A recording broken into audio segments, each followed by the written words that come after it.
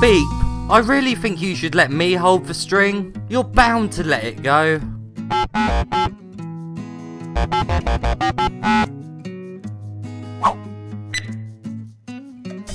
Beep! Stunt Kite Masters VR review for the PlayStation VR. Let's begin!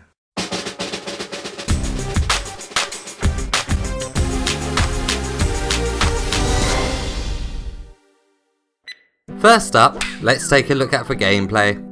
You probably didn't know this, but in this game you fly a kite. You pull the move controllers up quickly to send your kite soaring into the air, and then you steer it by moving the move controllers in and away from yourself. This is obviously a new set of controls not seen in other games before, and it can be quite frustrating in the beginning getting used to them. The game comes with two main gameplay modes and one custom mode. The first game mode is called Snake, where you must collect stars to make your kite trail bigger. If you collide with your trail or crash your kite, it's game over, and your score resets. For more points, you can attempt to get a special star that appears every so often. Be quick though, as this one has a timer before it will disappear. This adds a little excitement to the gameplay, but that is it for this game mode. The next mode is called Outrun. In this mode you must dodge RC planes that join your kite in the sky. You can destroy them by colliding with them from behind. It takes a while to get used to and is a bit annoying, as you have to be quite precise when trying to destroy them. The final main part of the game is called Custom Mode, which is basically a free mode where you can practice your kite flying skills and basically relax. You can choose from one of 3 kites to fly, which have their own handling.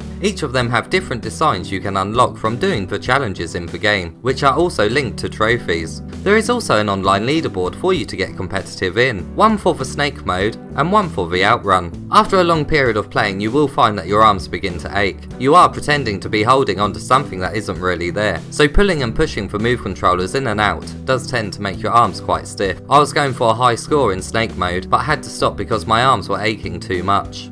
Now let's take a look at how immersive this kite game is. The depth isn't the best on the kite itself, as it is quite far away from you, but your hands and the handles are very good, and it really does feel like you are holding onto the kite, thanks to the slight rumble coming from the 2 move controllers. It really is very impressive, and does feel incredibly realistic. The graphics are decent, but they won't blow you away. What is visually appealing is how unique the 3 locations you can fly in are. There is a beach with seagulls that fly overhead, a city environment where you stand on top of a skyscraper, and the final location is on top of a mountain with snow that falls all around you. Be careful if you're standing, as it feels like you could fall off at any moment. The presentation of the menus is very nice, and you are easily able to navigate through them. The loading times are very short too, so you will be able to fly your next kite in no time at all. The sound effects are good, but I would have personally liked to hear the wind on your kite some more. You can turn the music down in the options menu if you want, but I still think it could have been done a bit better. The music is amazing and it really suits the game. In the Outrun mode, it's very intense and very exciting.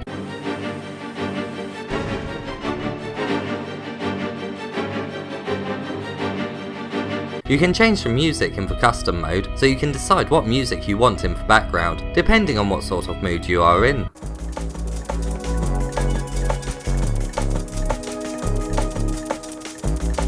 Now let's take a look at the setup and what controllers the game supports. I played this game in a seated position just under 2 meters away from the camera. It would be more realistic to stand, but you can certainly play this game sitting down. The head tracking was great, and at no point did the game give me motion sickness. The game can be played with either the DualShock controller or 2 move controllers. Playing with the DualShock controller can feel quite awkward when using either the motion controls or the analog controls. Playing with 2 move controllers is much more realistic and is the better way to play. Overall, the move controllers are tracked very well, and most times it is your own fault if your kite crashes. Therefore, most of my time with the game was spent with the move controllers. Now let's take a look at the length of the game and what trophies come with it.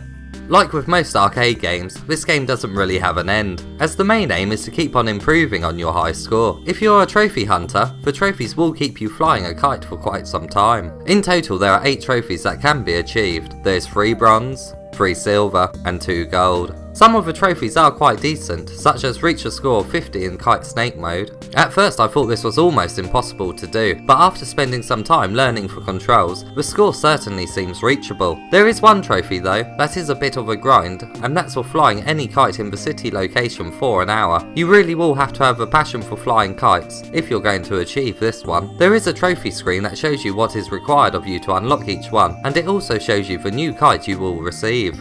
And now it's time for the verdict. You really do get exactly what you're expecting with this game, and once I got used to the new controls, it really does feel like you're flying a kite. I honestly can't see kite controls getting any better than this with the current Move controllers. The lack of content does hurt the game, and for me personally, the two main modes didn't get me addicted to getting a high score, like other similar PSVR arcade titles have. The game is very solid though, and at times, can feel a bit like an experienced title, especially when playing in the calm custom mode and being able to change the location you're in. But if you don't have patience in games and don't have time to learn a new control scheme, this game can be far from relaxing in the two main gameplay modes. If you have memories of flying a kite as a child, then this game will certainly bring back memories for you. Overall, I was very impressed with the flying mechanics, and the presentation of the game is very good, but the game just can't be scored on them two alone. The lack of game modes and simple repetitive nature of them, sadly, won't keep me going back to this game in the future. I give Stunt Kite Masters a score of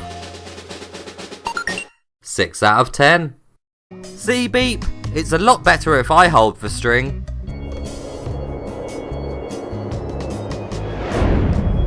Does this game appeal to you guys? Did you fly kites growing up, or do you still take to the skies every so often? Let me know in the comments below. If you enjoyed this review and found it helpful, please like the video and subscribe for more PlayStation VR content.